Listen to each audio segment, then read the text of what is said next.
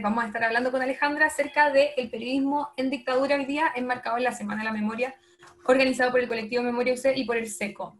¿Cómo estás, Alejandra? Muy bien, soy panelista en el programa Pauta Libre, por si acaso, de la red. Sí, sí. Disculpa. Sí, no, está bien. Ahí me traspapelé. Bueno, Alejandra, como comentaba entonces, vamos a tener algunas preguntas de la pauta y después vamos a tener un espacio abierto para preguntas del público. Okay. ¿Ya? La idea es entonces que hagamos un recorrido, ¿no es cierto?, sobre la historia del periodismo en dictadura, de los medios y cómo funcionan actualmente, y la influencia que tuvo la dictadura en el periodismo chileno. Primero, para ponernos un poco en contexto, ¿cuál fue el rol que tuvieron los medios tradicionales en Chile en el golpe de Estado en el año 73? Bueno, voy a ir un poquito antes para responder a tu pregunta. En Chile, bueno, básicamente en el mundo hay dos modelos de medios de comunicación y me voy a centrar en la prensa escrita porque la prensa escrita tenía mayor preponderancia en el tiempo que estamos señalando, más que la televisión y la radio, que cumplían más funciones de entretención.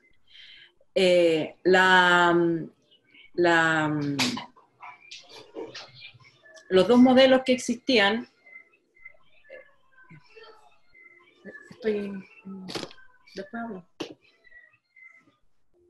Los dos modelos que existen en el mundo son la prensa anglosajona, que digamos tampoco son modelos puros porque también partieron igual como la prensa europea, que es la que le voy a hablar ahora, y la prensa europea. La prensa anglosajona derivó a un tipo de periodismo que es en general el que miramos cuando hablamos de periodismo, que intenta fiscalizar al poder, que digamos busca información de manera independiente. El modelo europeo es el modelo de prensa doctrinaria. ¿Qué significa esto? Que es prensa con una causa, es decir, inicialmente sobre todo causas políticas.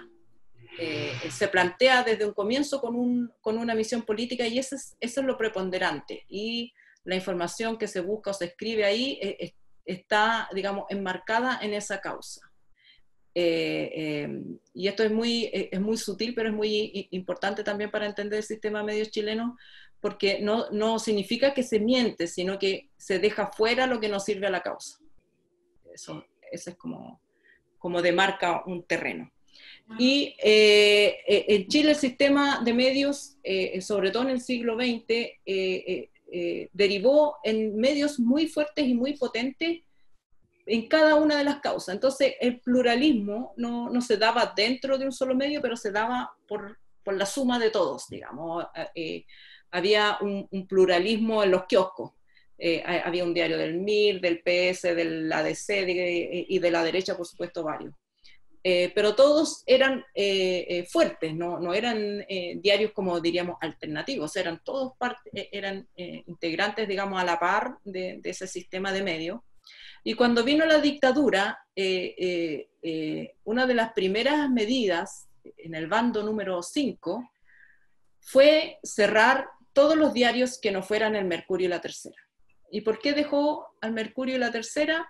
Porque no solamente eran de derecha, sino que habían sido el dueño del Mercurio, un actor fundamental en la organización del golpe. Está documentado, digamos, esto tampoco no es ninguna insidia, está documentado que se reunió con Kissinger, Agustín Edwards, que se vino a Estados Unidos en cuanto ganó el gobierno de Allende, se vino a vivir a Estados Unidos y entonces usó sus contactos para digamos, poner el problema de Chile ante el gobierno norteamericano en ese momento encabezado por Nixon. Entonces, la dictadura permite que sigan funcionando estos dos diarios durante toda la dictadura, todos los demás fueron cerrados, clausurados, sus propiedades confiscadas y los periodistas que participaron allí perseguidos como fueron perseguidos todos los partidarios de la Unidad Popular. Lo mismo pasó con las radios y la televisión, que estaba en manos de universidades, se les permitió vender o ceder sus concesiones a los privados, y Televisión Nacional se transformó en un canal propagandístico de la dictadura. Cuando hacia el último tramo de la dictadura, cuando se empieza, después de la aprobación de la Constitución de los 80, algunas figuras de derecha empiezan a incidir, civiles sobre todo, a incidir en la decisión del dictador de permitir que circulara prensa opositora, porque lo que querían era dar señal de voluntad democrática. Entonces, por supuesto que tampoco era fácil, había que pasar por DINACOS, los materiales eran censurados previamente, en fin, pero se creó una especie de veranito de San Juan, donde reaparecieron medios más o menos de la misma línea de los que habían sido eliminados anteriormente. Y también tenían causa, pero la causa era, no era el programa político de cada cual, sino que la causa era derrocar a la dictadura. Y en eso se permitió, o sea, eso permitió la divulgación de la violación a los derechos humanos y de todo, digamos, la tragedia, incluso actos de corrupción que se cometían en dictadura como la Casa de los Burros que se estaba construyendo Pinochet.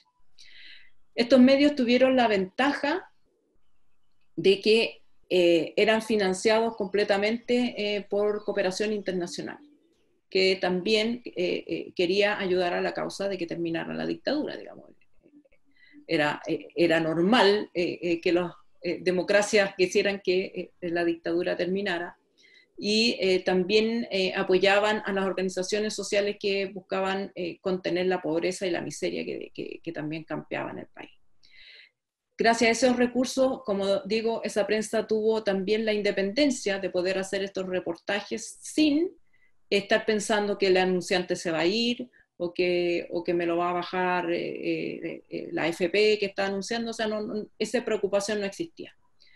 Y con todos los bemoles, con sueldos, digamos, que se atrasaban y que no eran o que eran más bajos que, por ejemplo, los del Mercurio, igual se pudieron crear y sostener estos equipos periodísticos que hicieron un trabajo admirable en ese periodo e inauguraron el periodismo de investigación en Chile. En los medios antiguos, digamos, no existía periodismo de investigación como lo conocemos hoy día. Pero con la llegada a la transición, ese objetivo político que era respaldado por las que llamaban fuerzas de la concertación se perdió, o ellos perdieron interés en ese objetivo político, y boicotearon incluso que siguiera llegando plata del extranjero a los medios. Chile se instauró en el escenario internacional como un país de ingresos medios, por lo tanto no necesitaba ayuda para combatir la pobreza, y un país con plena democracia, por lo tanto no necesitaba tampoco ayuda para cambiar la situación política, y esos medios tuvieron que entrar a competir con el Mercurio y La Tercera, que siempre han tenido y mantienen un subsidio estatal por la vía de la publicidad estatal, y habían eliminado sus deudas con unas medidas de último minuto de Pinochet. Entonces, estos medios tuvieron que entrar a competir por avisos, que nadie les ponía avisos, por un lado, y por otro lado, con un sistema que estaba hecho para recibir estos flujos de la cooperación internacional que no llegó. Entonces, los medios fueron quebrando y cerrando uno a uno. Justamente en esa línea, Alejandra, ¿podríamos decir que es la herencia entonces de la dictadura, del modelo impuesto en dictadura? ¿Se podría hablar que existen entonces consecuencias directas de la dictadura en los medios de oposición, en el sistema de medios en Chile, por ejemplo? Claro, existe una consecuencia directa en dos aspectos centrales y que moldean nuestro sistema de medios. Un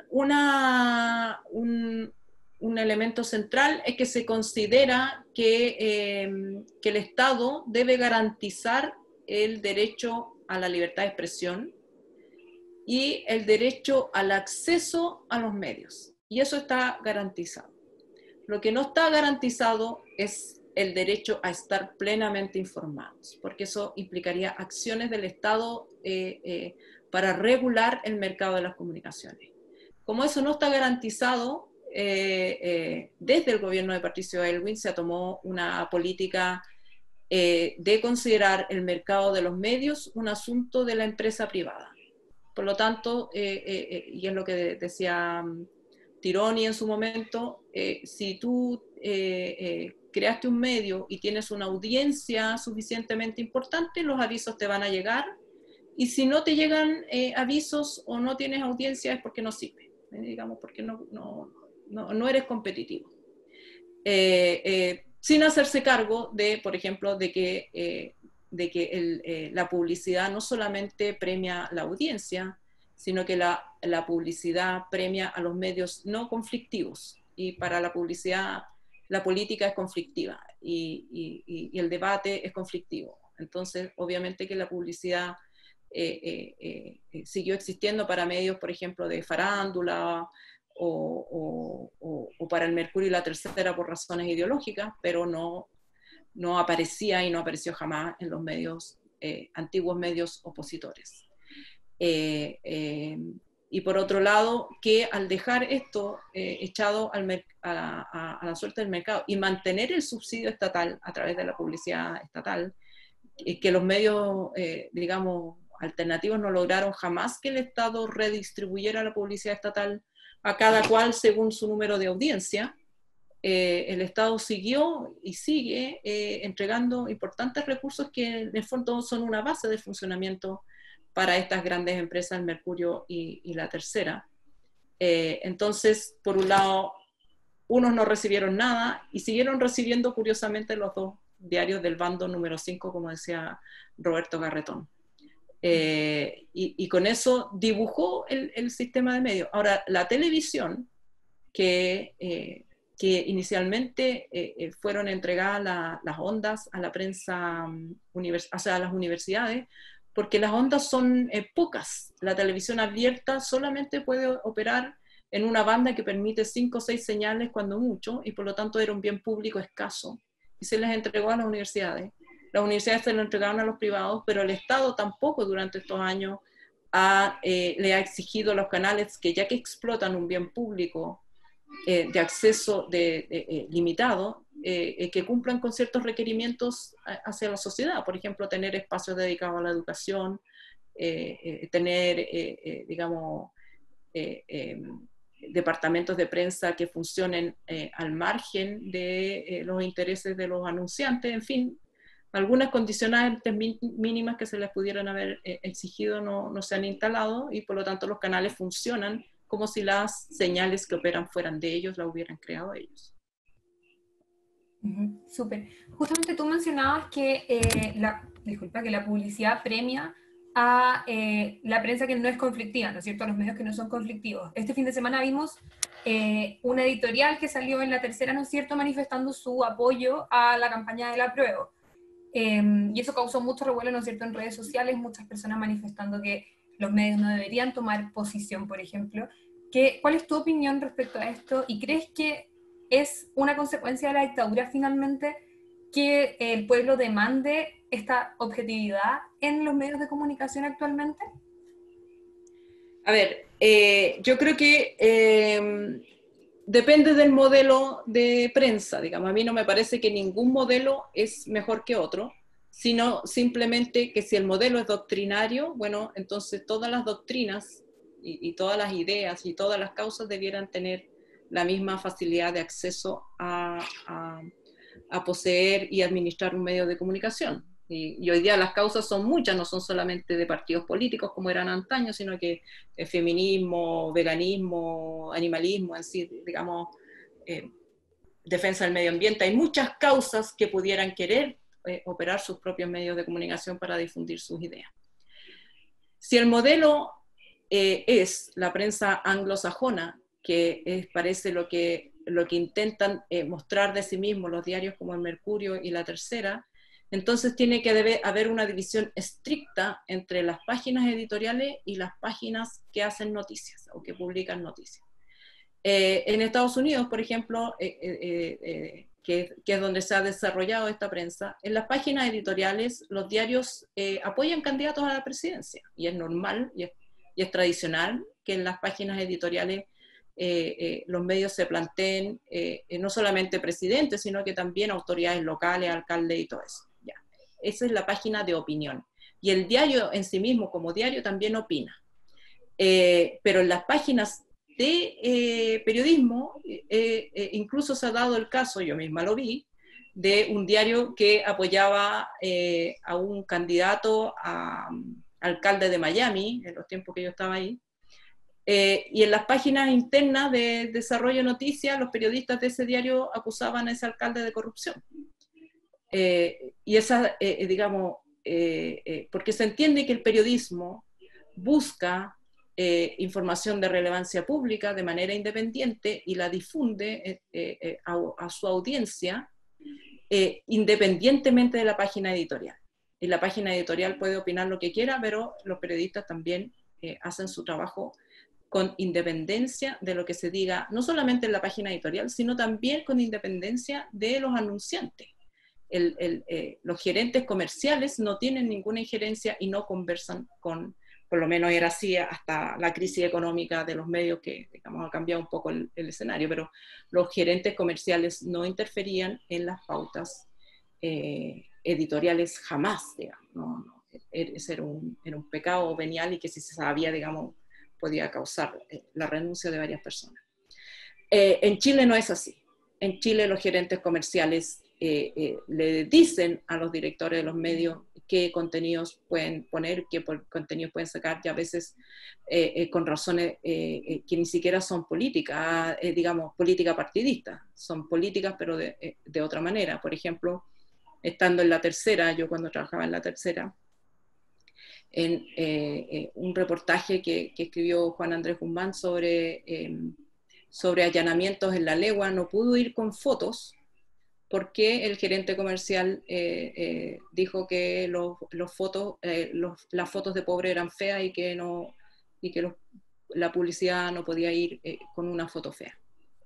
Entonces, hasta ese nivel de injerencia tienen, y eso moldea también cómo presentan las noticias y qué noticias entran en la pauta.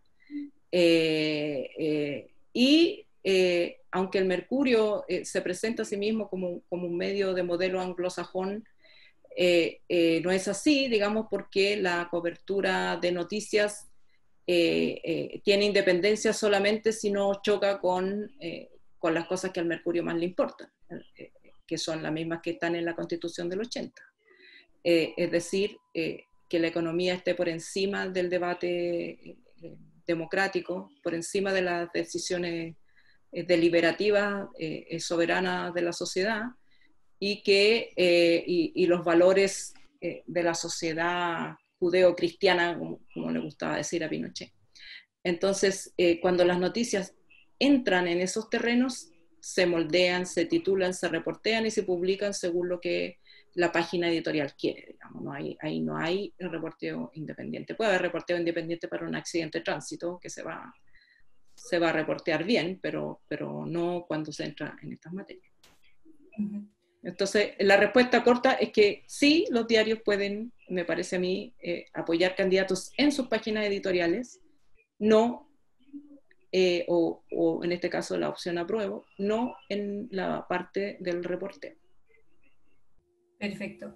Justamente hablábamos antes sobre el periodismo de oposición, cómo surgió el periodismo de oposición en dictadura, y ahora es un modelo que ha cambiado completamente, también ligado un poco a la crisis económica de los medios en general.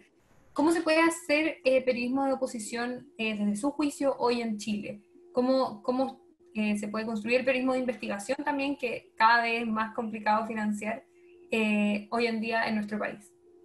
Bueno, a mí lo que me gustaría no es que existiera un periodismo de oposición, o sea, a mí me gustaría que en realidad hubiera medios que practicaran un modelo de periodismo atendiendo a las necesidades de la sociedad democrática. Y que por lo tanto es un periodismo que cotidianamente está preguntándose si lo que se declara públicamente se manifiesta en la realidad. O sea, si lo que decimos es verdad, si lo que dice la autoridad es verdad, si se concreta en la realidad, y digamos, y es el espacio de información, y también de información relevante, cultural, etcétera, darle voz a personas que están en desventaja en la sociedad, en fin.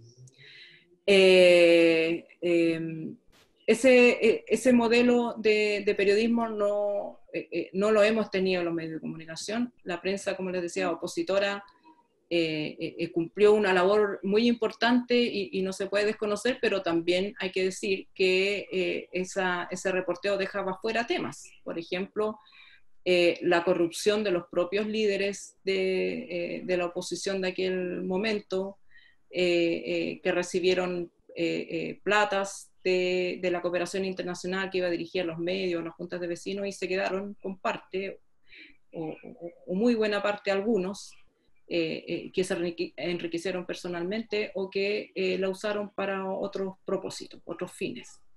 Eso también existió y eso no se reportó, porque, claro, había un objetivo de ese medio y lo otro no se podía hacer. También, ¿a qué persona entrevistamos?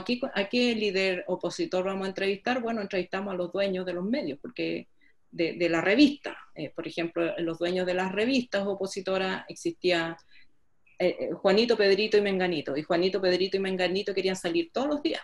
Querían poner la editorial, y ese ha sido, digamos, el constante problema del mundo centro-izquierdista de Chile, que no entienden la función de los medios en la sociedad, como sí lo ha entendido la derecha lo ha entendido muy bien, y digamos, hace lo mismo, pero de una manera mucho más delicada, porque a la prensa de derecha lo que le interesa no es la persona en particular, no le interesa Piñera, no le interesa Pinochet, lo que le interesa es que se mantenga un sistema, un modelo.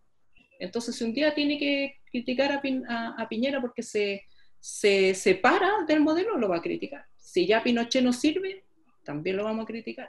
¿Significa que el Mercurio o la Tercera cambiaron? No, significa que se dan cuenta que sus intereses esenciales están en peligro por alguna conducta de esta autoridad. Entonces, no es que defienden personas, sino que defienden un sistema.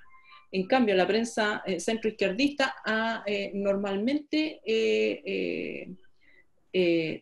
perdido de vista cuál es su interés fundamental. Si su interés fundamental es defender la democracia, entonces defendamos la democracia. Pero no a Juanito, Pedrito en tanto diputado, en tanto presidente. Lamentablemente lo han entendido así, y les da la urticaria por crear medios cuando viene una campaña política, y después que ganan la elección se olvidan del medio, y así, digamos, así ha sido. Esa es la verdad. Entonces a mí me gustaría un sistema de medios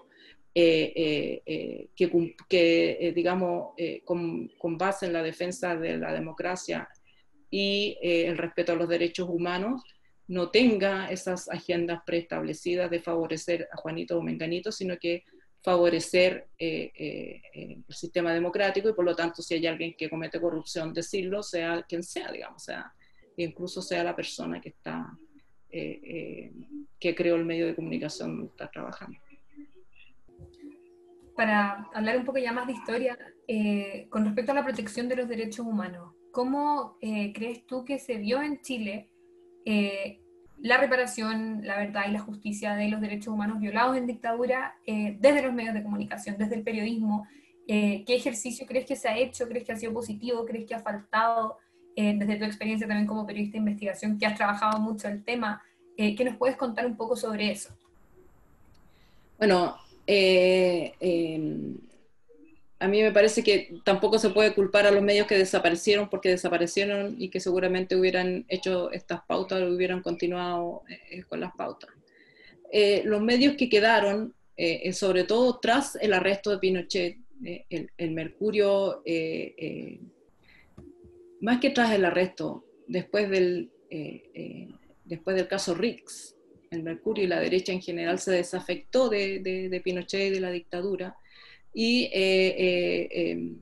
levantaron este nuevo discurso de que la dictadura se cometieron excesos que deben ser sancionados y castigados, y que son las violaciones a los derechos humanos, pero que se hicieron muchas cosas importantes, digamos, y que había vocación democrática, tanto es así que crearon una constitución que permitió la transición hacia un sistema democrático y digamos, en ese contexto, en ese discurso, donde también ex figuras de la Concertación les han, digamos, prestado ropa, digamos, o han coincidido con este mismo análisis, se creó ese consenso, consenso de los 90, el consenso de los 90 en que se valoró el modelo económico, digamos, se tomó la decisión política de no alterar ese modelo económico, y se establecieron reconocimientos del Estado de las violaciones a los derechos humanos, primero, sobre todo,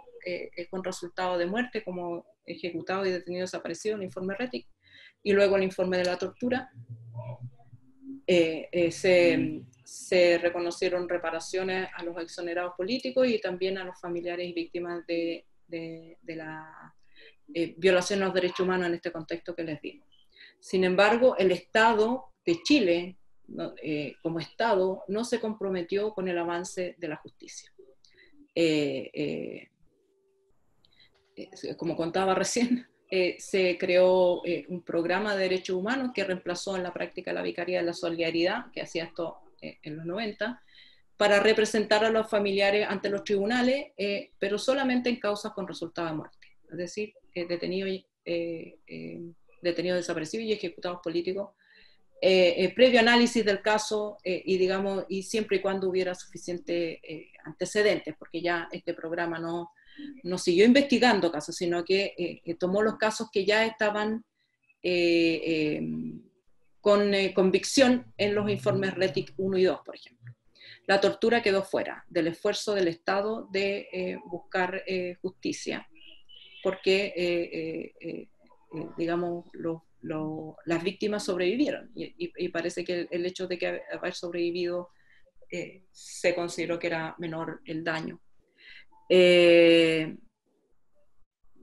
Y por otro lado, el Estado de Chile ha seguido pagándole los sueldos y pensiones a los militares y agentes condenados por violación a los derechos humanos, sin imponerles, digamos, como condición, por ejemplo, que se podría haber puesto, bueno, si usted no colabora con la justicia no le pago nada, si usted colabora con la justicia entonces le puedo seguir pagando su pensión.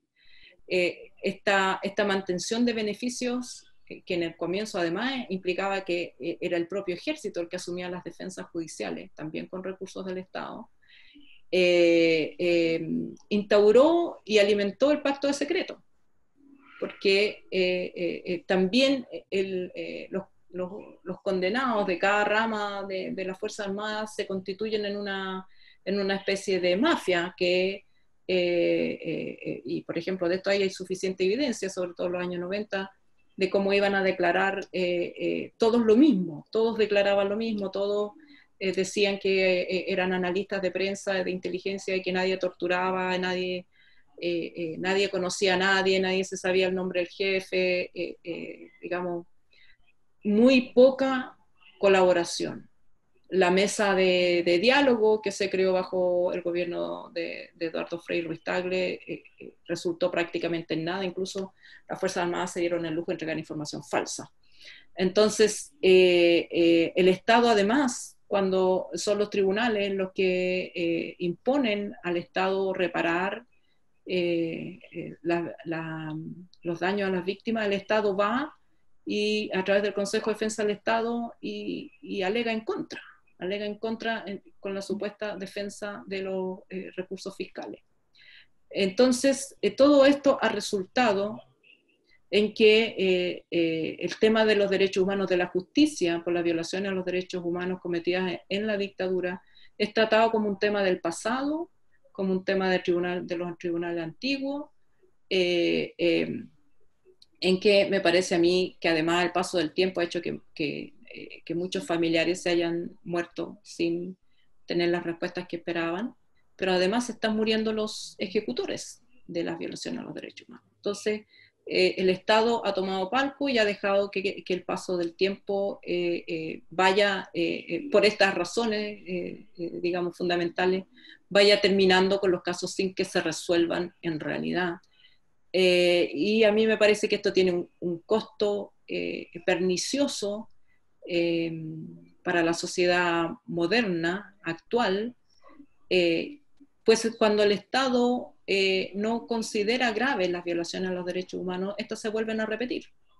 Y la impunidad también permanece, y es lo que hemos visto con el estallido de octubre, que se cometieron numerosas violaciones a los derechos humanos, masivas, sostenidas, continúan cometiéndose, y sin embargo el Estado no parece interesado en darle la gravedad que tienen, ni en perseguir la justicia, y la justicia también los trata a los inculpados con guante blanco o con consideración, en vez de considerar que es grave que estas violaciones a los derechos humanos la cometan funcionarios públicos, aparentemente la justicia considera que sean funcionarios públicos como un atenuante, como un reconocimiento a una equivocación en una labor pública. Eso, o sea, a mí me parece que es un tema al que hay que entrarle como política de Estado, y que hay que revisar como política de Estado, y no más allá de la postura política de un gobierno A, B, C o D. Súper. Muchas gracias, Alejandra. Tenemos ahora varias preguntas del público. Las están haciendo por el chat. También si alguien quiere hacer la pregunta en voz alta, mejor de hecho a veces, porque así hay más interacción. Tenemos entonces algunas preguntas de Pilar Rodríguez. Actualmente con la prensa digital se da la oportunidad de una prensa independiente, pero el problema es el financiamiento. Las ideas alternativas se difunden por sí mismos. Las ideas alternativas se difunden por sí mismas donde no hay periodistas. ¿Cuál será el futuro del periodismo? Una pregunta bien amplia, pero quizás acotarlo como al periodismo digital. Me gusta la pregunta porque es la pregunta que no tiene respuesta, pero que es importante que la tengamos presente. La revolución digital, como todas las revoluciones, venía aparejada con una promesa. Y lo mismo que cuando se creó la imprenta, vino aparejada con la promesa de que el conocimiento no iba a estar concentrado en las élites que podían escribir y leer, y en ¿cómo se llaman?, las congregaciones religiosas, sino que se iba a difundir, y esto iba a permitir la democratización. De algún modo sí la permitió, pero de algún modo no, porque obviamente la democratización no depende solo del instrumento, no depende solo de que haya libros y cuadernos, depende de muchas otras cosas. Y lo mismo pasa con la revolución digital, que la revolución digital ha sido un disparo al estómago de las grandes instituciones mediáticas, no solamente chilenas, sino que a nivel internacional, por varias razones, pero a mí me parecen destacar dos. Una, que es obvio que el modelo económico, el modelo de negocios, como se le dice a este problema, que los anunciantes nunca han puesto avisos en el periodismo, menos en este periodismo que les decía yo, como este periodismo de interés público, sino que puso los avisos en los diarios norteamericanos, por ejemplo, porque no tenía de otra, no había otra manera de llegar a la audiencia, entonces los ponían, pero se tenían que bancar que esos equipos periodísticos a veces hicieron reportajes en que sus intereses salían raspillados, digamos, pero los medios eran unas instituciones tan enormes que los medios incluso se podían dar el lujo de decirle a un anunciante, bueno, si no lo quiere poner no importa, pero yo a usted no lo voy a tratar mejor que a otra persona solo porque me ponga un aviso. Esto fue lo que en realidad permitió el desarrollo de lo que hoy día conocemos como periodismo de investigación, porque los periodistas podían hacer su trabajo con independencia y sin intervención de otros intereses ajenos al ejercicio del periodismo. Pero esto se acabó porque ahora los anunciantes nos dicen wichipirichi, y se van con su platita a Google, a Facebook o a otras plataformas, o directamente conversan con su audiencia, sus consumidores, y se saltan los medios de comunicación. No necesitan pasar por los medios de comunicación, ni la televisión, ni la radio, ni la prensa escrita, que además, como se constituyeron en grandes instituciones enormes, son unos gigantes enormes con una gran cantidad de operarios, funcionarios, departamentos de administración y ventas, no tienen la flexibilidad suficiente para adaptarse. Siguen recibiendo publicidad, pero cada vez menos, en algún momento van a llegar a cero. Y en este momento varios están apostando a cómo reinventarse en el medio digital, pero por definición nunca van a lograr tener los ingresos que tenían antes porque constituían un monopolio natural y ahora ese monopolio se rompió. Y en esta, digamos, pérdida, el periodismo que se ejercía en los medios de comunicación se separa, sale como una cápsula y sale al espacio sideral sin amarres, pero sin recursos. El periodismo, así como los publicistas descubrieron que podían poner sus avisos en Google, los periodistas también hemos descubierto que no necesitamos a los medios para hacer periodismo. Antes necesitábamos a los medios porque si no publicábamos en un diario, por ejemplo, un reportaje, no podíamos imprimir una hojita y repartirla en cada casa. Era muy costoso. Pero ahora lo podemos hacer y difundirlo por Twitter. O sea, también los periodistas y el periodismo nos podemos saltar los medios de comunicación grandes y con espalda. Pero seguimos con el problema, y este es el problema que no se ha resuelto, es cómo se vamos a financiar el periodismo. Cómo se puede financiar un periodismo, sobre todo si se valora en la función que el periodismo cumple en democracia. Si se valora que todos los días hay un periodista diciéndole a las personas lo que está pasando día a día, no solamente que escriba un libro una vez cada 3 años, sino que lo que pasa día a día. Y para eso cada vez hay menos recursos, hay menos medios y hay menos plata. Hay formas de enfrentarlo, me parece a mí, que si se reconoce el derecho a la comunicación como un derecho fundamental en democracia, el Estado debiera intervenir apoyando con fondos a los que se pueda acceder. Se podrían crear entidades tipo Banco Central, o sea, autónomas del Estado, que permitieran la distribución de estos recursos sin las interferencias político-partidarias del gobierno de turno. Porque ese es el gran riesgo de crear medios estatales o con recursos estatales, que los gobiernos se sienten muy tentados de decir, ya yo te pongo platita, pero tú dices que yo soy fantástico y el mejor presidente del mundo mundial. Ese es el riesgo de la intervención del Estado en el sistema, pero hay maneras de esquivarlo y yo creo que debieran existir, sobre todo cuando hay zonas donde los medios de comunicación no tienen interés porque no generan ningún recurso, por ejemplo, la cobertura local. Nunca vas a tener una audiencia enorme para cubrir lo que pasa en una comuna, sobre todo si es una comuna rural. Pero eso no significa que las personas que viven en esa comuna no necesiten información de lo que pasa en su comuna y no necesariamente de lo que pasa en la esquina de Vitacura con no sé, con el bosque, que es lo que se ve en la televisión. Entonces, me parece a mí que el Estado, en un sistema democrático robusto, debiera crear fondos que permitan la existencia y mantención de equipos periodísticos, sobre todo en zonas apartadas, alejadas, donde no hay existencia de medios o de otros medios, porque de eso depende que esa gente tenga información lo suficiente para tomar sus decisiones, para participar en el sistema democrático, porque uno no puede entrar al sistema democrático sin saber nada de nada o solo con recibir información parcial.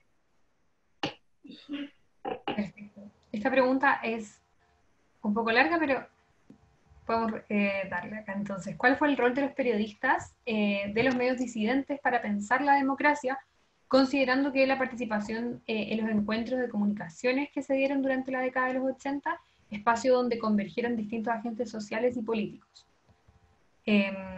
La comunicación social, dentro de esta misma pregunta, dice acá Carla, ay, no puedo bajarla un segundo. Y la comunicación social, ¿está garantizada como un derecho público o es más bien un derecho de la propiedad privada?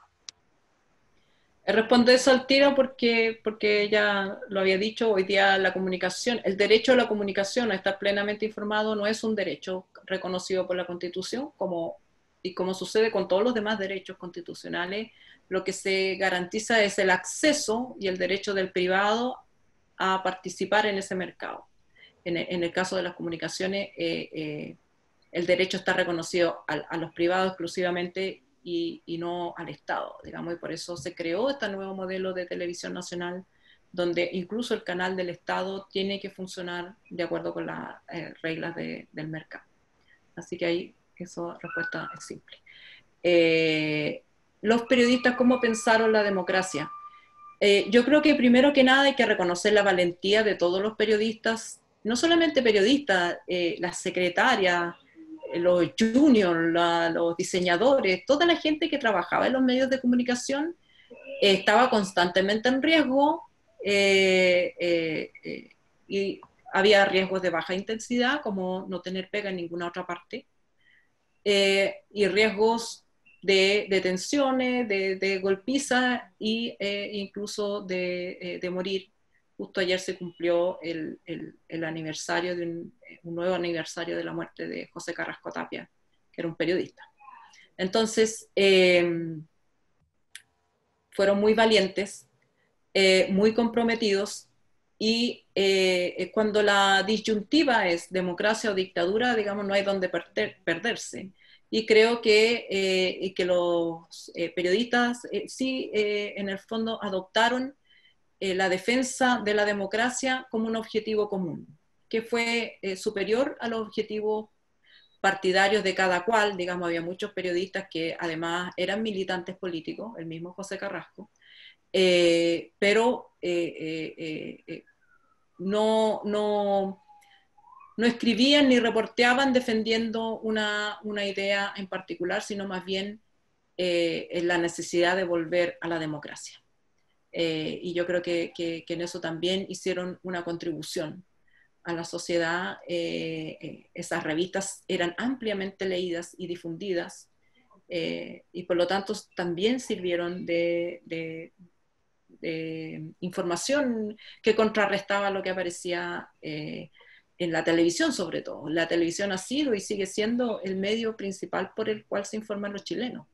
Entonces, que existieran estos otros medios, la radio cooperativa, la chilena, la Nuevo Mundo, donde yo trabajé, la revista La Bicicleta, que también la cultura, la música, todo eso fue creando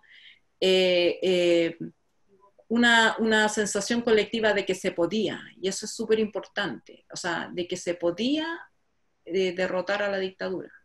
En el ejercicio, por ejemplo, plebiscitario del 88, con todas las dudas, resquemores, justificados, por supuesto.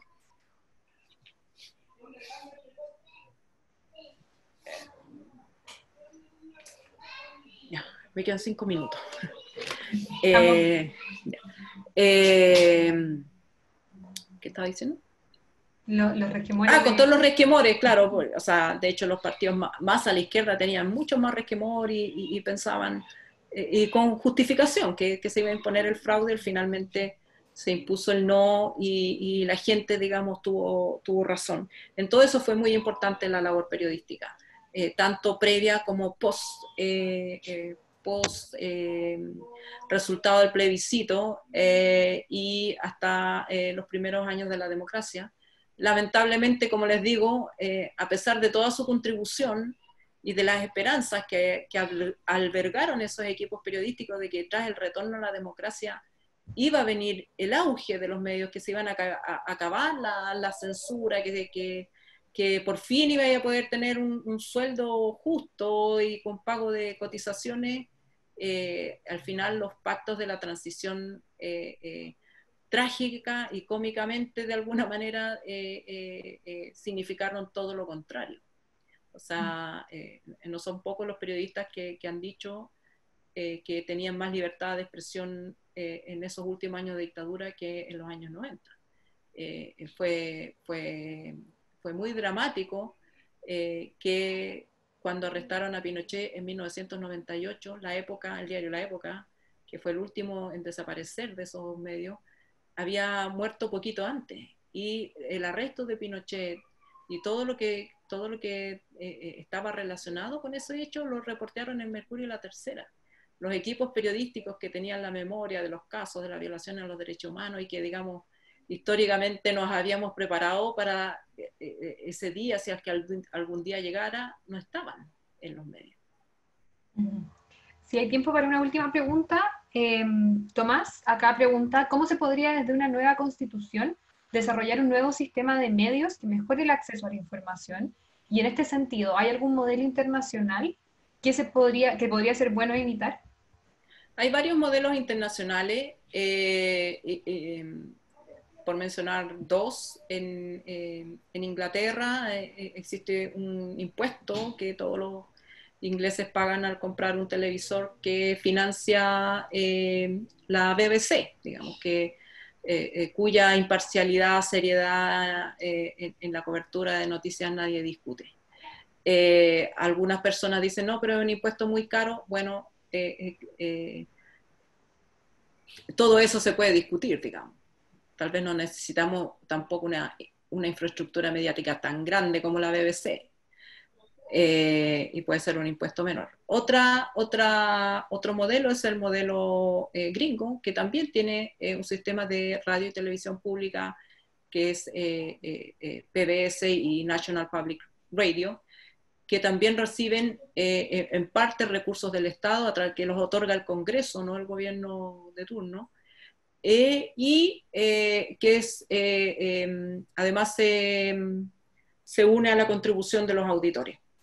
Y una vez al año se hacen campañas de suscripción, etcétera, donde la audiencia premia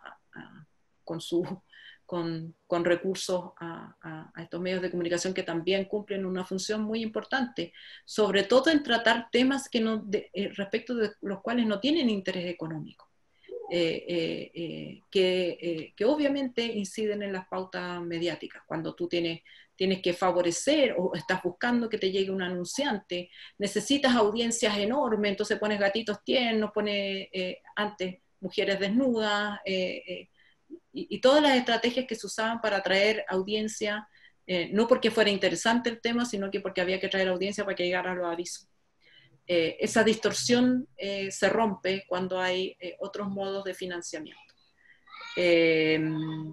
Y yo creo que lo importante para que esto suceda es que esté establecido un principio constitucional del derecho a la comunicación de todos los chilenos y chilenas, porque eso determina o puede resultar en luego acciones públicas del Estado para crear o permitir que se creen estos medios.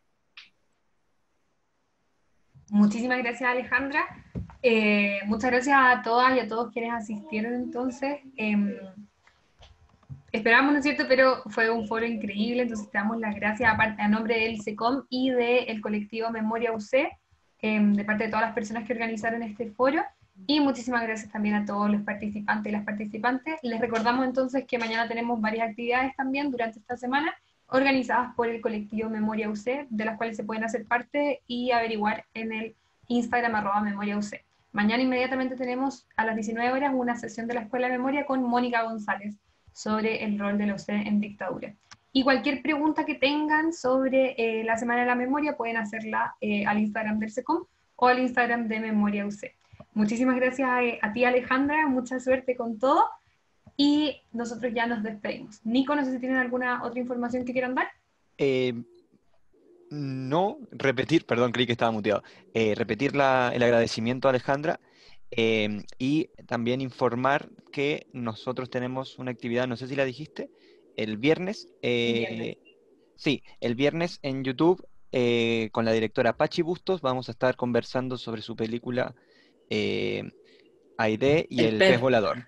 Sí, que ahí vamos a estar, y si no me equivoco también va a estar en Cine UC esa película en poco tiempo, así que estén atentos porque ahí pueden hacer preguntitas y estar preparados para verla con más información de la misma directora. Así que ¿Y quieres muchas sumarte, gracias Alejandra?